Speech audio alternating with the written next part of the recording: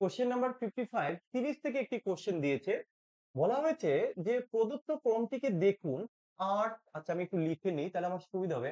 ৮ ৪৩ ১১ ৪১ এরপরে question mark ৩৯ আর হচ্ছে ১৭ তাই তো? এই কোশ্চেন মার্কের জায়গায় কি হবে আমাকে বসাতে হবে। তাহলে দেখো কিভাবে করব? আমরা যদি এই পরপর গ্যাপটা নেই দেখো মিলছে না। আমি যদি এক ঘর ছেড়ে নিই তাহলে এই ৮ তারপরে সংখ্যাটা ১১ মোটামুটি কাছাকাছি আছে। ৮ থেকে ১১ কত হয়েছে? +৩ হয়েছে। একই রকম ভাবে যদি আমি ৪৩ থেকে ৪১ দেখি দেখো এখানে -2 করেছে। তাই তো? তাহলে এই ১১ থেকে এরপরে নিশ্চয়ই এই সংখ্যাটা আসবে। তাহলে ১১ র সাথে যদি এখানে আমি +3 করি, ১১ আর ৩ এ কত? তাহলে ১৪ হবে। একই রকম ভাবে এই ১৪ থেকে এই যে ১৭ তাহলে কত? ১৪ আর এখানেও +3 তবেই তো ১৭ হয়। এবার দেখো এখানে বাকিটা মিলল কিনা? এই ৪১ থেকে যদি -2 করে দাও ৩৯ হয় তাহলে দেখলাম আমরা লজিক কিন্তু ঠিকঠাক আছে।